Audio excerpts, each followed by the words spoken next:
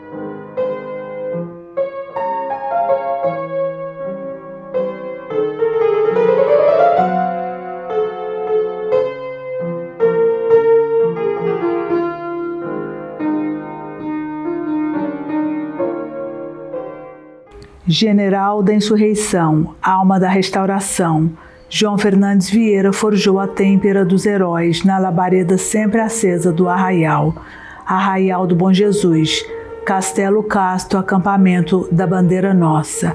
Os Henriques desciam as colinas das batalhas, cantando salve rainhas, vociferando insultos contra o inimigo, e os potis assombravam o Flamengo com alaridos de tribos, e as lanças e os estouros do arcabuz e do morteiro rompiam fileiras de corpos ao ritmo de imprecações sagradas.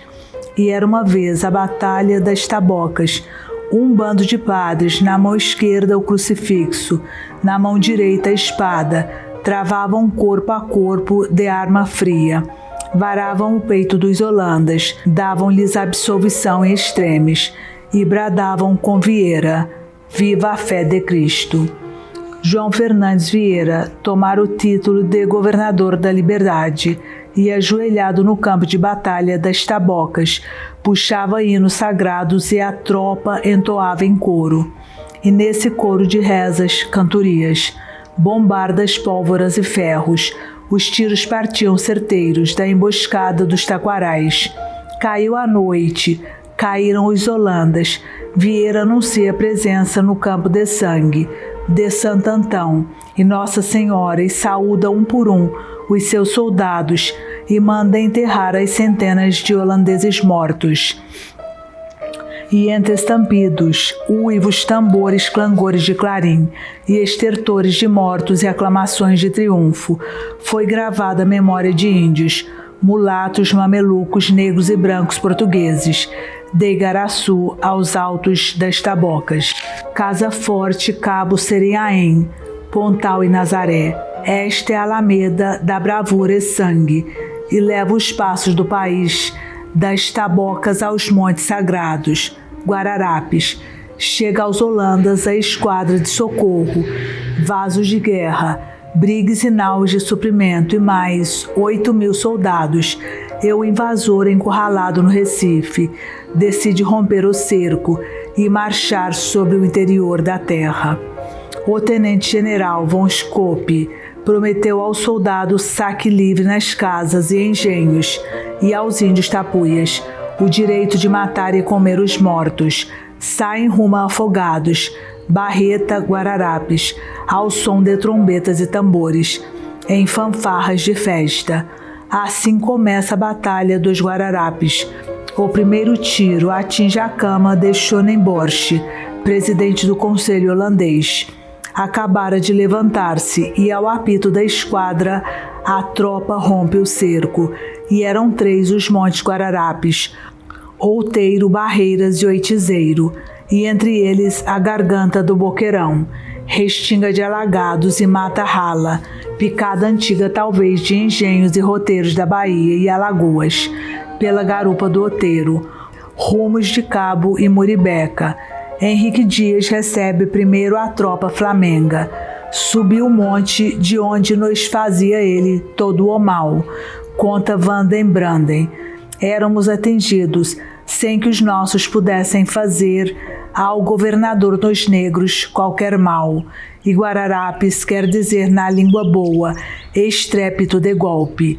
Segundo Ericeira, tambores, segundo Santiago, em razão do estrondo das águas tombadas em suas ravinas. Os 3 montes eram campos de tiro, e o desfiladeiro do Boqueirão, escreve Sauté, foram as Termópilas do Brasil, e ali as árvores do alagadiço guardavam a emboscada de Henrique, e as da garupa do Oitizeiro, as tocaias de guerra de Camarão.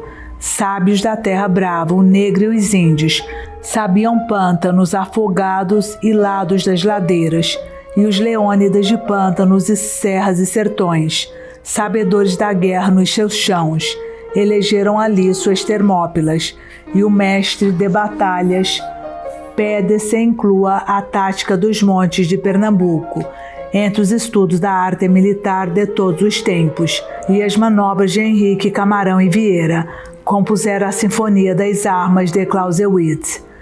Claves musicais do concerto político e guerreiro na partitura da regência do mestre de campo, General Francisco Barreto de Menezes.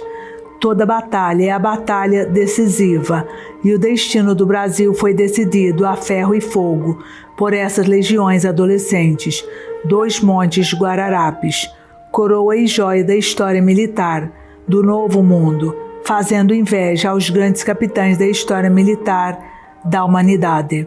E a plena ocupação do exercício das armas foi prelúdio e modelo da estratégia da guerra total, e o gênio militar da Europa a repetiu em Valmy, onde a Guerra dos Reis teve seu fim, e a Guerra dos Povos teve início. A primeira batalha dos Guararapes aconteceu quase século e meio antes de Valmy, e nos 3 montes de Pernambuco, quando os exércitos do mundo não haviam inventado ainda o grande Estado-Maior. Os generais brasileiros do Nordeste inventaram a unidade do comando, profecia estratégica da Lei de Bonaparte em 1800, ao definir a necessidade primeira da guerra. Em seus comandos acadêmicos, esperava os holandeses bater por partes as armas insurretas. Saíram do Recife, como de casa mudada, e o mapa da força foi achado no bolso do coronel Van Elst. Ferido e prisioneiro, 7.500 soldados, afora 700 carregadores, índios tapuias em grande número, e eram franceses, alemães, polacos, húngaros e outros, e o resto holandês, todos soldados profissionais das guerras da Flandres, da Alemanha e da Guerra dos 30 Anos. Os nossos eram 2.200 homens, todos do povo do Brasil, os brancos luso-brasileiros, negros e índios, todos das províncias do Nordeste, sendo 16 companhias, 700 homens, da Bahia, e lutavam com as armas de fogo, tomadas ao holandês, nos espaços das tabocas, casa forte e emboscadas em geral.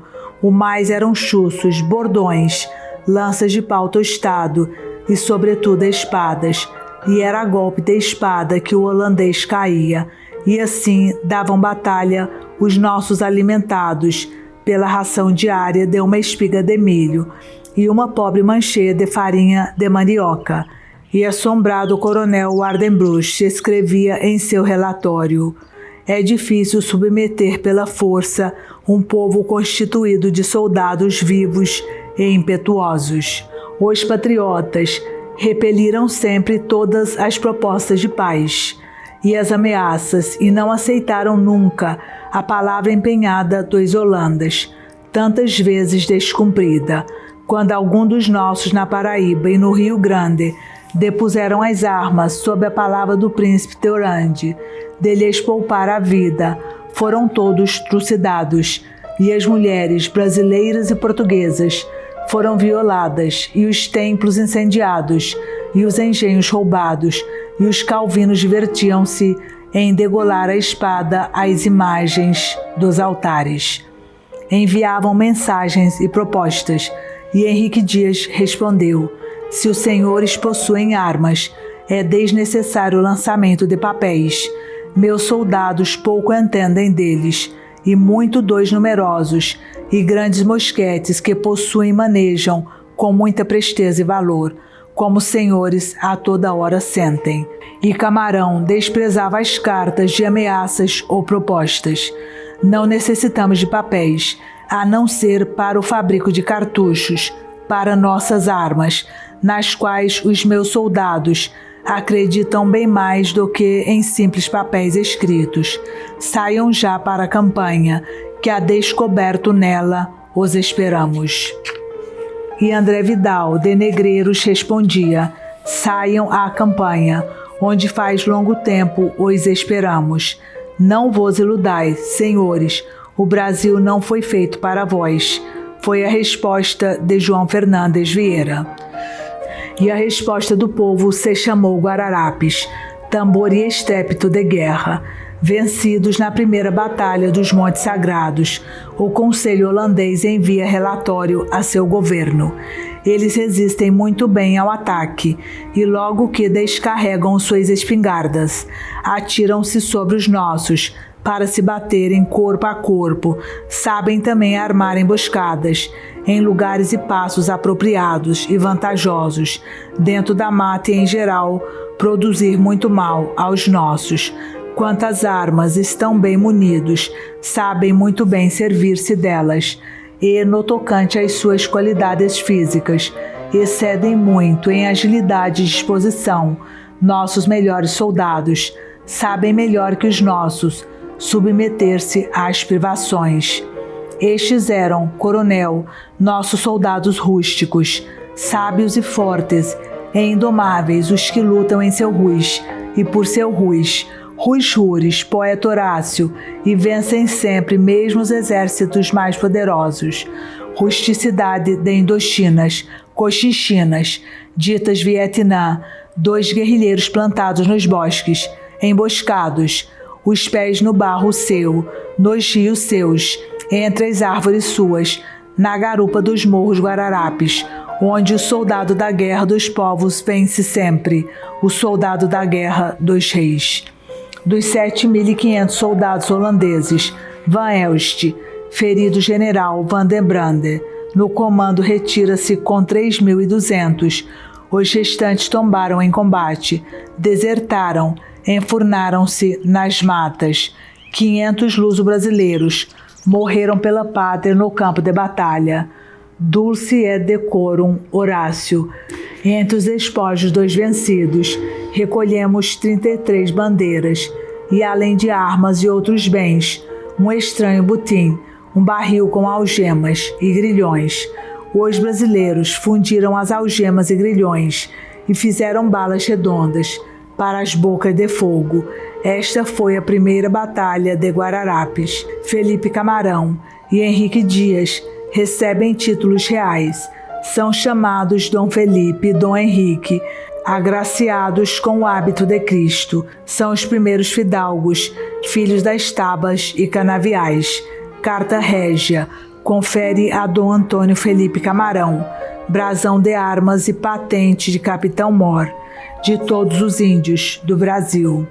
Dom Henrique Dias, de lendária fama, rei dos estratagemas, desde Garaçu, tem confirmada por Felipe IV sua patente, e é para sempre por diploma régio e diplomas redigidos a sangue e assinados com a mão que lhe falta, governador-geral de pardos e crioulos, general-mestre de campo. 2 meses buscam os holandas refazer suas forças, encurralados no Recife. Os comandos nossos só lhes permitem sair por água de beber. Livres no mar, desembarcam na Bahia, saqueiam o Recôncavo, rompem de novo o cerco, e o coronel Brim, com 5.000 de seus homens, mais 200 índios, volta aos Guararapes em busca da desforra. Cornetas e clarins, e brados de Orane e Boven e alarido de tapuias. Somos 2.640 e os capitães veteranos da primeira batalha, menos Camarão, sepultado depois da vitória nos chãos de Pernambuco. Deu-lhe primeiro o sangue e afinal os ossos, Seu sobrinho Antônio Camarão toma seu arco.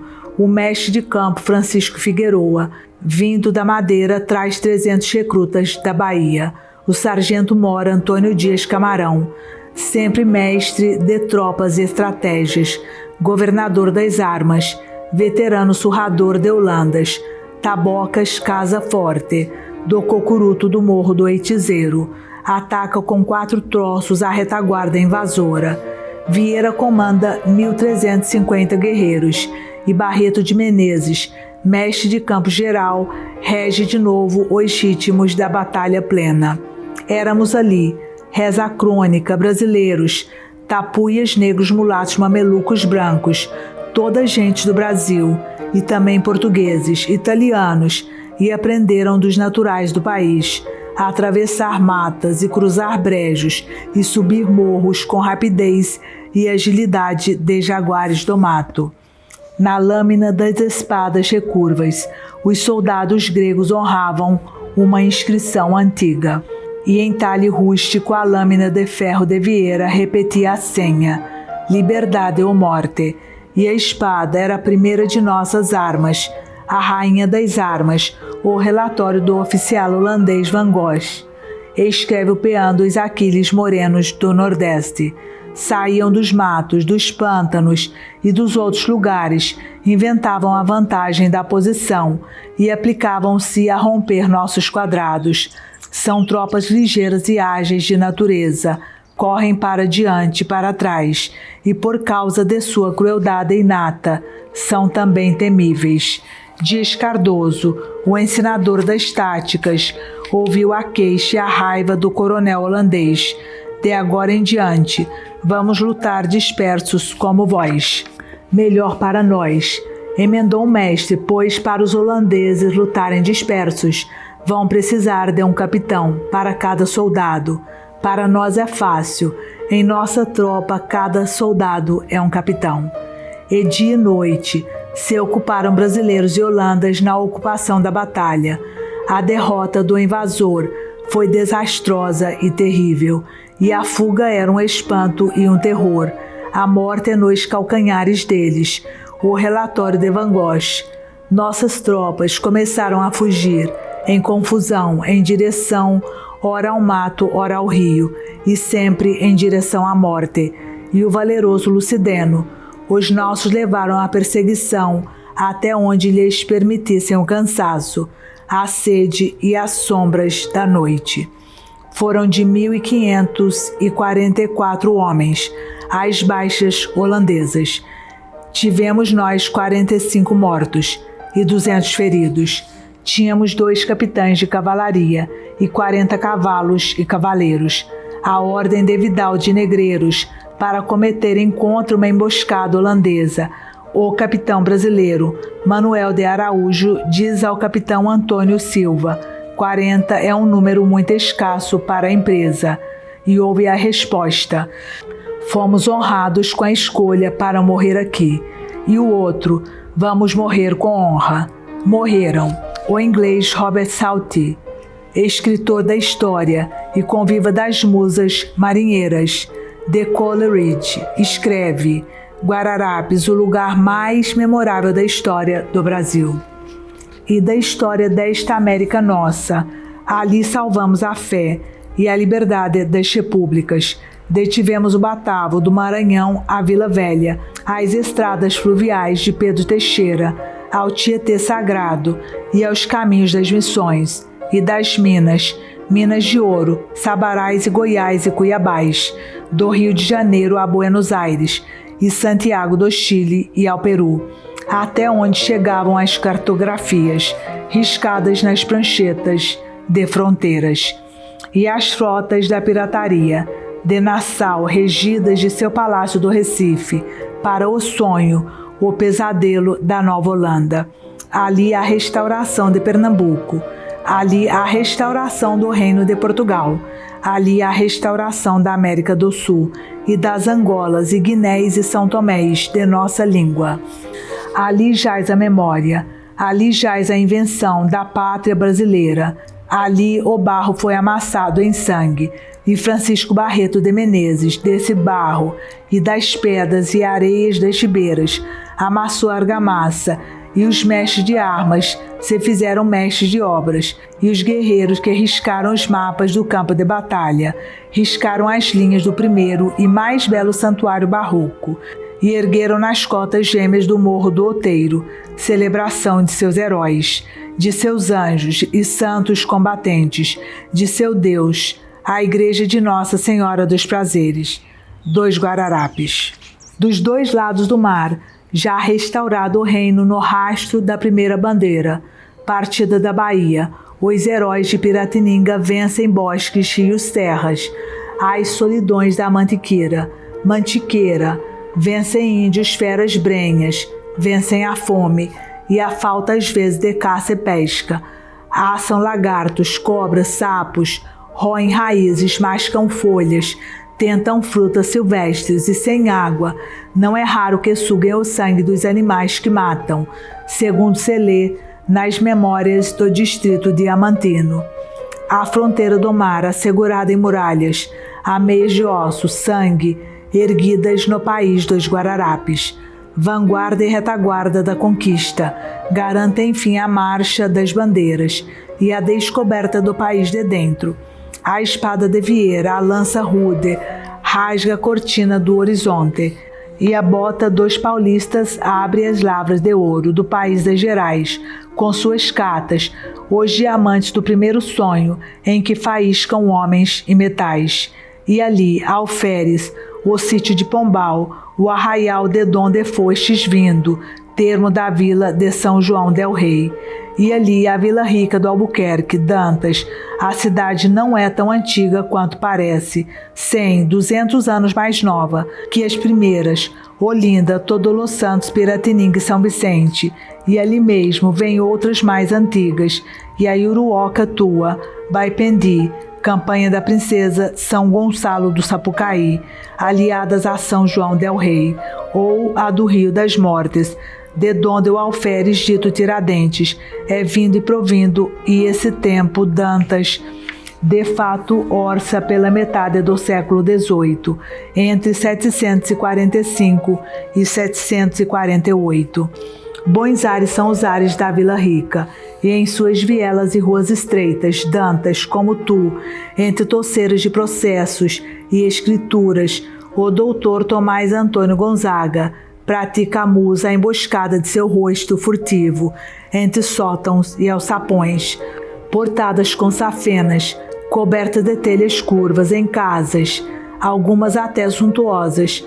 Bons ares são os ares da Vila Rica do Albuquerque, e ali, pela primeira vez nestas Américas, canção de amor se tange em cordas de ouro, lira de ouro, nas romanças da Marília de Dirceu. Era uma vez, nessa Vila Rica do Albuquerque do Pilar, a sombra de Felipe dos Santos e os conspiradores rebeldes. Gustavo Barroso encontrou a carta do conde de Assumar. O mandei arrastar e esquartejar. E os membros atados a 4 cavalos, foi esquartejado pelo galope das patas, quadrupedante pedum. Morreu sozinho e foi esquartejado sozinho, e a coluna de pedra, a torre de sua lembrança, permanece alta e dura na neblina do tempo. Dessa coluna descem 2 sombras, Dantas, Joaquim José da Silva Xavier, por alcunha já sabeis, o Tiradentes, e Antônio Francisco Lisboa, também sabeis, por alcunha, o Aleijadinho. O padre do Porto trouxe os riscos do patamar da igreja de Bom Jesus do Monte, bandas de Braga, onde profetas de pedra e figuras da paixão, dia e noite, testemunham imprecações da terra aos céus de Portugal. O Aleijadinho, Carlos, lavou na pedra sabão todos os nossos pecados e lavrou na rocha. Cristos, apóstolos, anjos e profetas, clamam dos altos das minas, cantaria de cantareiros, coro de pedra, contracanto, dia e noite, com os parceiros do Ado de Portugal, e o mulato possuído pelo Padre e o Filho e o Espírito Santo, não conspira com os homens de seus montes, conversa com apóstolos, anjos e profetas, e às vezes arcanjos. O Tiradentes provém de um distrito de tropeiros, muladeiros, pastores tecelões. Sobe a essa Jerusalém de bateias, fiscais, intrigas, delações e sonhos e poetas, capital de fiscos e balanças, e dízimos e quintos. Pisa o chão de pedra e não usa os interlocutores do mulato aleijadinho. Conversa com os homens, os doutores, os capitães, os padres, os escribas de prosa e verso, viventes de tribunais, cartórios, sacristias, e tarde chegará a lamentação de Jeremias, que informa: pelos montes desta Sião faltam leões, sobram raposas, e os homens de cochichos políticos cultivam a esperteza das raposas do monte. Joaquim Silvério e outros alcaguetes depõem, denunciam. O Tiradentes queria a independência e a república, e depois de 3 anos de enxovia, na Ilha das Cobras, a serpente da chamada justiça enrola a cauda em torno do sonhador, com algemas na mão e grilhetas nos pés. E com voz desembargada, um desembargador ou ouvidor qualquer, após dizer que todos os conjurados, menos um, tiveram suas penas de morte comutadas, lê esta sentença: portanto, condenam o réu Joaquim José da Silva Xavier, por alcunha o Tiradentes, alferes, que foi da tropa paga da capitania das Minas, a que com baraça e pregão seja conduzido pelas ruas públicas ao lugar da forca, e nela morra morte natural para sempre, e que depois de morto lhe seja cortada a cabeça e levada à Vila Rica, onde em o lugar mais público dela será pregada em um poste alto, até que o tempo a consuma. O seu corpo será dividido em 4 quartos e pregados em postes pelo caminho das Minas, no sítio da Varginha e de Cebolas, aonde o réu teve suas infames práticas, e os mais sítios de maiores povoações, até que o tempo também os consuma. Declaram ao réu infame, e infame seus filhos e netos, tendo-os e seus bens aplicam para o fisco e câmara real, e a casa em que vivia, em Vila Rica, seja arrasada e salgada, e que nunca mais no chão se edifique, e não sendo próprias, serão avaliadas e pagas ao seu dono pelos bens confiscados, e no mesmo chão se levantará um padrão pelo qual se conserve em memória a infâmia deste abominável réu. Dizem os que se encontravam na sala do oratório, informa o cronista. Os demais conjurados, à medida em que iam sendo liberados dos ferros e das grilhetas, prorrompiam em vivas a magnanimidade de sua majestade a rainha, que Deus haja. A um canto, porém, já não se dirá triste, mas também não sem um certo travo de nostalgia e saudade. Tiradentes sozinho, discretamente sorria. Era mineiro, e para ele, poeta. Minas não havia mais.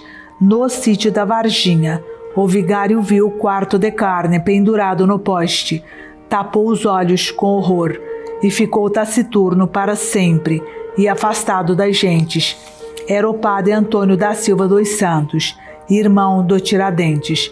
O carrasco Jerônimo Capitania passou-lhe o laço da corda no pescoço e, para ajudar o condenado a morrer, deu-lhe um empurrão do tablado e saltou sobre seus ombros a cavalo, em seu corpo, e no mundo e no ar, então somente Tiradentes e seu carrasco, balançando às 11h45 da manhã a bandeira de seu corpo e sua alma, a bandeira de sua vida e sua morte, bandeira dos Guararapes, vindo de Vila Rica, hasteada no Largo dos Latoeiros, na cidade do Rio de Janeiro.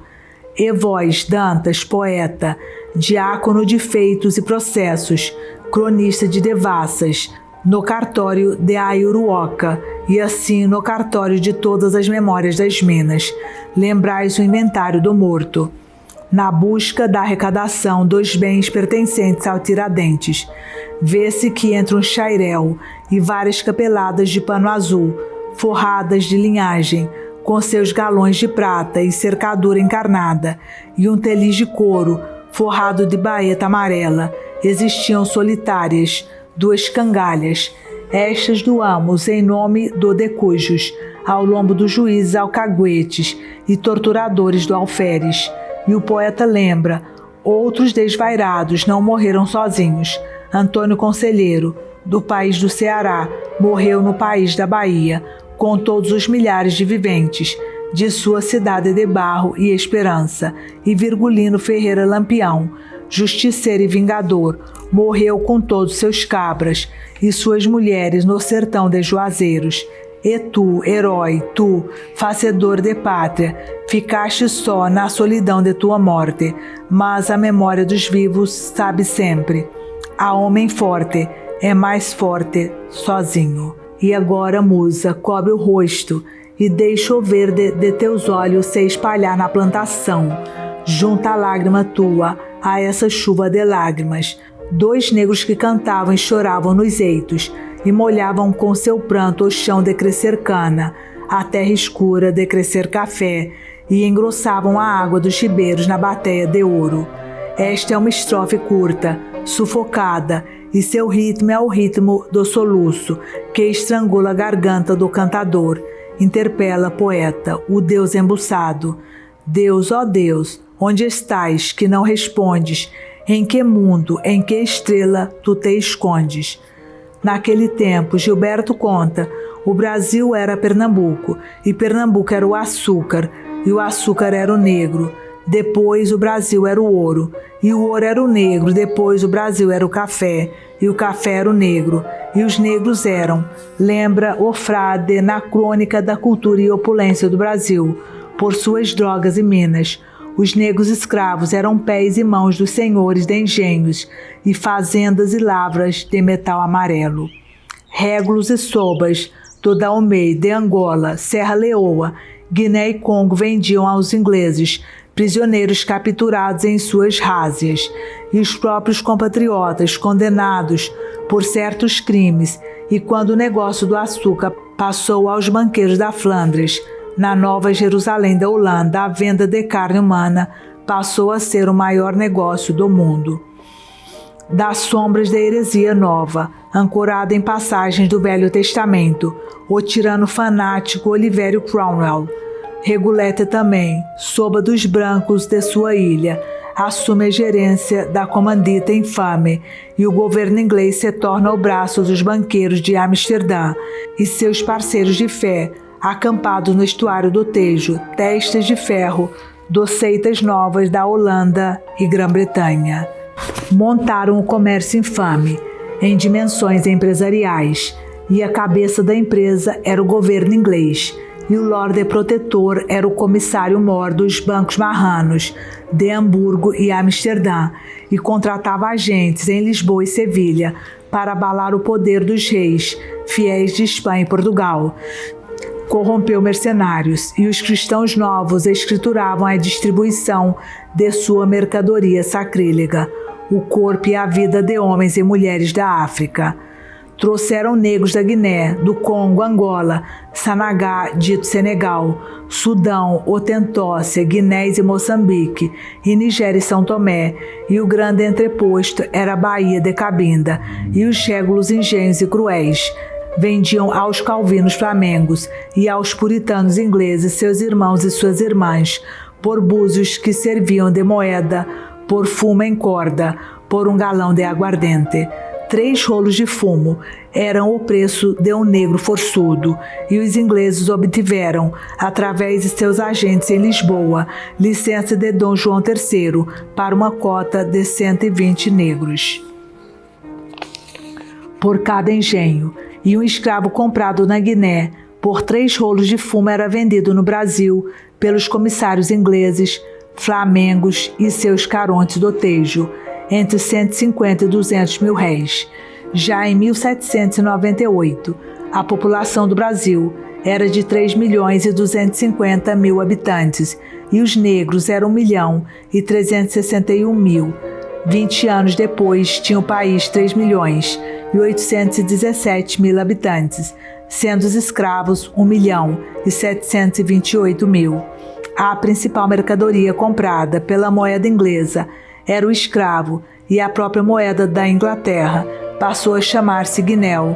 Os navios ingleses, conta Cunningham em Cambridge, são os navios negreiros por excelência e enxameiam a receber a carga infame nas abras e enseadas da costa da Guiné, e a moeda inglesa guinéu guarda a memória do tráfico de carne preta. Pelo Tratado de Utrecht, a Inglaterra, por 30 anos, consegue oficialmente o monopólio do comércio de escravos. O governo inglês, lembra o mestre Nina Rodrigues, recompensa com títulos de nobreza os grandes negreiros, e John Hawkins é elevado a baronete pelo impulso dado ao comércio de escravos.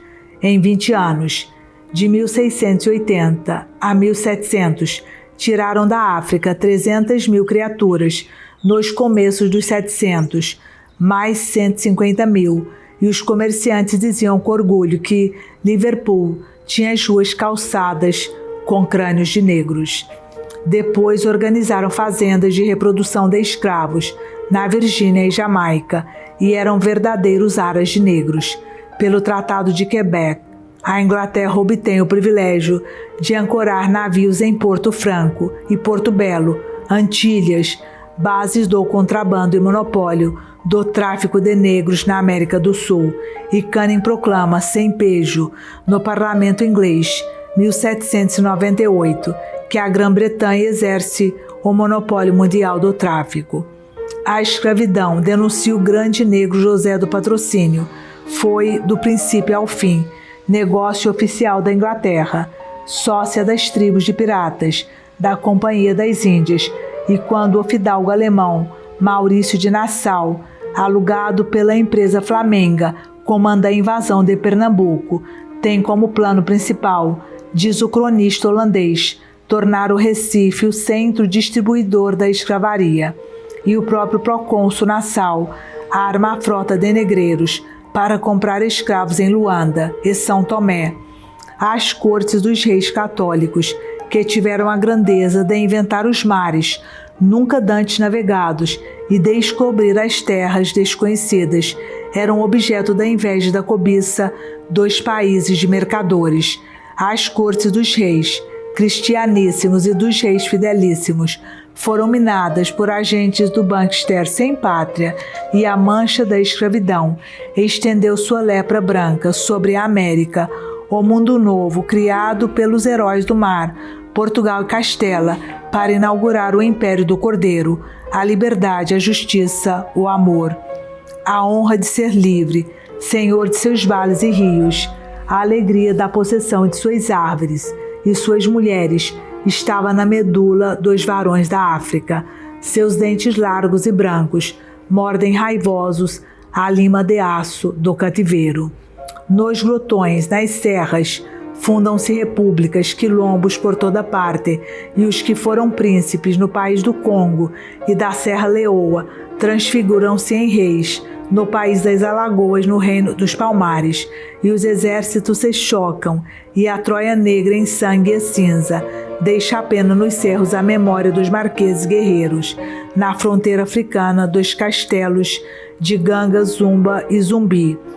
E as mulheres dos últimos heróis, de tua aldeia, Jarmelino, lavam debaixo da ponte do Mundaú a cabeça degolada do Sêneca, rei dos negros. Os sonhadores da liberdade do país bem sabem, o fim da escravatura tem que ser obra nossa, cosa nostra. Impossível na colônia, coisa deles, na verdade, coisa de ingleses e seus sócios traficantes. No país do Nordeste, onde primeiro se escreveu o nome de pátria, deu-se o primeiro grito de guerra da independência, e também pela primeira vez se chamou a terra de Estado do Brasil. O Estado teve exército, governo, chanceler e bandeira, e a primeira Constituição. Nela se inscreve a libertação dos escravos, 1817, e era uma vez uma princesa, e com uma pena de ouro assinou a abolição da escravatura. e a sentença de morte de seu trono, e trocou a glória da coroa do império pela glória de ver um país sem escravos. E o Papa de Roma enviou-lhe uma rosa de ouro, e os brancos e os negros guardam seu nome nas ruas das cidades, e na toada coral em que dançam nos terreiros e avenidas, a dança de alegria de seus carnavais elementares. Com uma pena de ouro e uma rosa de ouro e a doce mão de uma princesa, estancou-se o jorro de sangue dos negros do Brasil, 66 anos depois da independência. Na colônia dos ingleses, os mercadores resistiram e a agonia dos negros foi a mais longa da história da América independente. Os Estados Unidos, constituídos em 1787, só aprovaram a libertação dos escravos 79 anos depois, em razão de uma guerra por mercados de algodão e depois de uma guerra civil de escravocratas, que durou 4 anos e precisou de um banho de sangue de cerca de 1 milhão de herdeiros dos ingleses. Tanto era neles empedernido o vício da escravatura.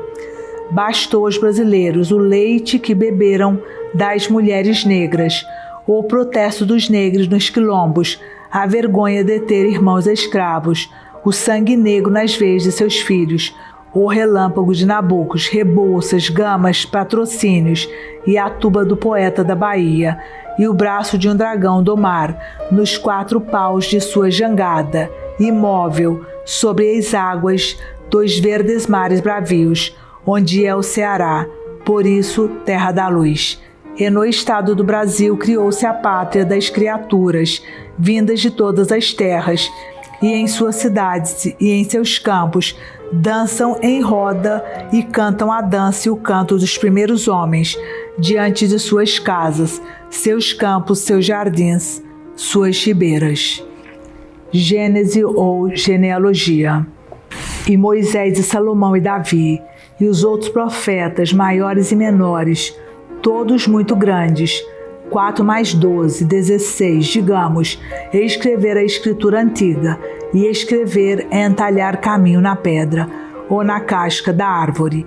E Moisés e Salomão e Davi e os outros, 90 das profetisas do templo, geraram Mateus, Marcos, Lucas e João, cronistas de Jesus, chamado o Cristo, que gerou Pedro e Paulo e os 12, e esses geraram Nóbrega e Anchieta. Antes deles haviam gerado na Jônia Homero, o cego, e Homero gerou a Grécia, e a Grécia gerou Troia, e Troia gerou Enéas, e Enéas gerou o Lácio, e o Lácio gerou Virgílio, e Virgílio gerou Roma, e do ventre de Roma gerou Alighieri, dito o Dante, e o Dante, do lírio encarnado de Beatriz, gerou Florença, e Florença gerou a Itália, e o Lácio gerou o Império, e o Império gerou Caio Júlio, chamado César, e das 7 colinas o Lácio gerou a Ibéria, e Luís Vaz, dito Camões, gerou o reino de Portugal, mas o reino de Portugal foi gerado veia a veia, e Dionis, poeta e rei, dito Dom Diniz, gerou por Isabel as trovas, a língua e os barcos que galopam no mar, e Henrique, dito Infante, gerou oceanos e caravelas, e nelas Vasco, Bartolomeu, Pedrálvares, Pedro Lopes e de seus bagos venho. E o mar gerou Brasil, gerou Cristóforo, dito Colombo, gerou os caminhos de África e as carreiras da Ásia, e Cristóforo gerou a América, e Manuel, o venturoso, gerou as ilhas afortunadas, o infante celibatário de mulher, gerou das águas salgadas, e do vento de Sagres, cartógrafos e mapas e cartas de marear.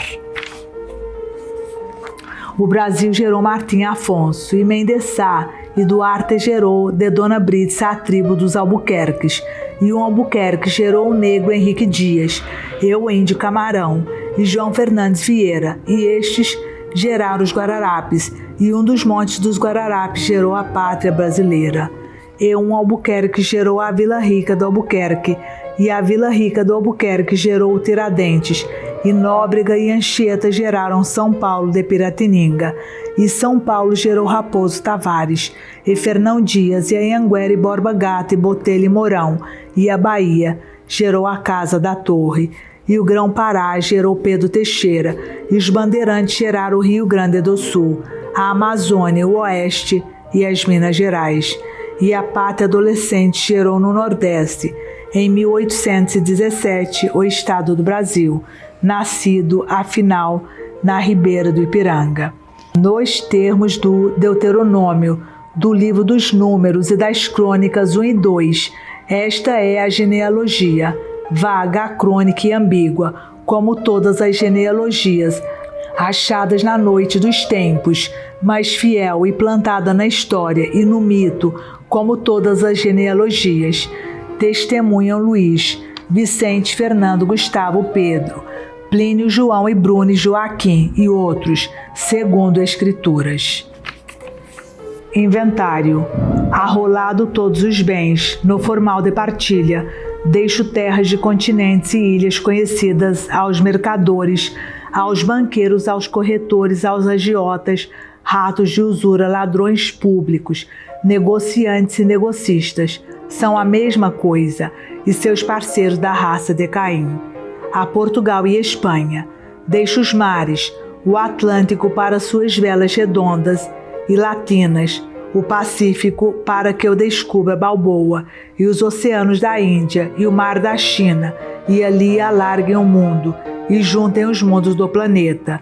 Deixo a cada um de seus homens a coragem de morrer, a coragem de Abel. Caim não teve, e só a quem ousa a bravura de morrer é lícita a virtude, a coragem limpa de matar.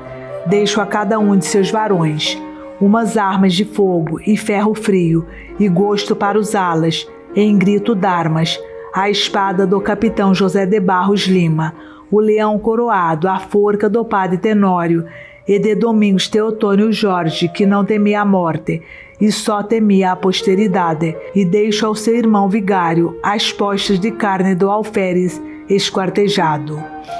E deixo o frade, poeta e professor de geometria, Frei Joaquim, do amor divino Caneca do Ceará às Alagoas, cantando sonetos para sempre ao pé do cadafalso, na Praça das Cinco Pontas, aos poetas do país. Deixo o campo da pólvora aos arcabuzados de Fortaleza, os capitães das armas, e o padre Gonçalo Inácio de Albuquerque Melo, dito Mororó, seu coração varado, e os dedos decepados à bala. Deixo Abdias e os seus a cabeça degolada do rei morto, dito Zumbi, lavada pelas mulheres de sua raça, nas águas do rio Mundaú, União dos Palmares, Alagoas. O marechal mandou desenterrar o corpo do padre João Ribeiro, degolar o cadáver e espetar a cabeça por 2 anos no Pelourinho do Recife. Deixo esta cabeça por Grinalda, a cidade noiva da Revolução, aos Barros Melo e aos Ribeiros Melo, raça minha, a cabeça ao luar, sua açucena, ao sol, estrela da manhã, no azul do céu, entre o firmamento e o mar.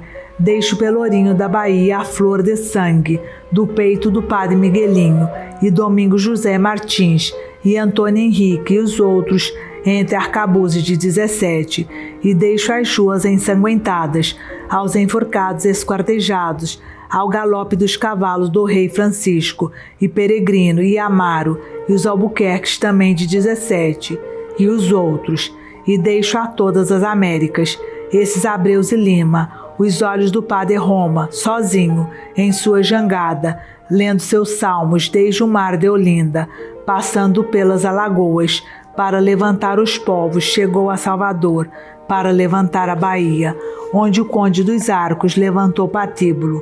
O padre insurreto engoliu os papéis com os nomes dos patriotas e foi executado diante dos 2 filhos, na praça do Pelourinho.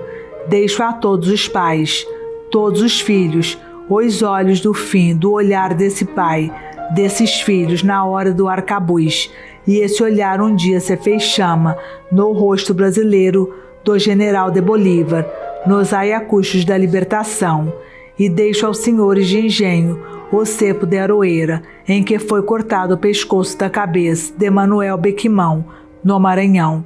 Deixo ao campanário de todas as igrejas dobres de sinos e aleluias, pelos 360 padres, arcabuzados e enforcados nas revoluções do Nordeste, e deixo em missa solene e ofício de matinas, um lírio de marfim, rosto de Joana Angélica, a bela abadesa, atravessada a espada pelo sargentão Madeira, ao defender com seu corpo o portal do convento da Lapa, a honra de suas monjas e a independência da Bahia.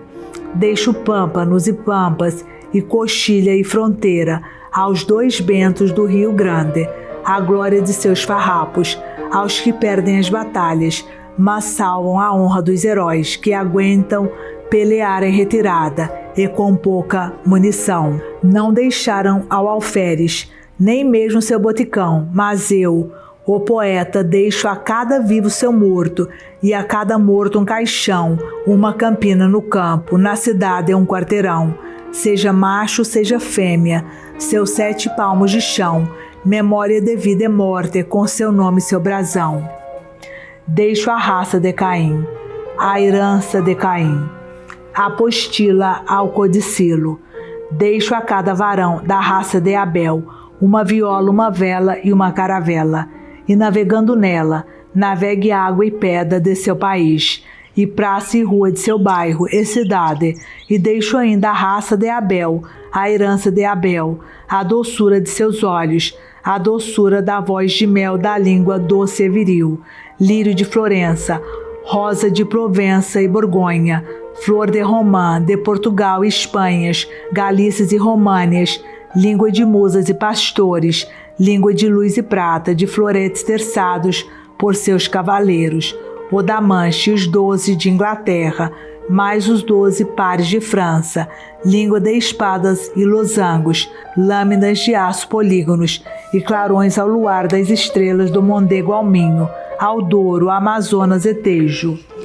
Tage de Esminhas, Soror de Beja, o rio desta língua em sílabas de vinho e mel, e sua graça de trovar ao sol e à lua, e ferir nas mesmas cordas da lira e da viola matina e serenata. A língua nossa, boa de cantar no mesmo tom amor e morte, deixo finalmente a cada Dirceu sua Marília, e a cada Martim Soares Moreno, sua Iracema, a cada Garibaldi sua Anita de Santa Catarina.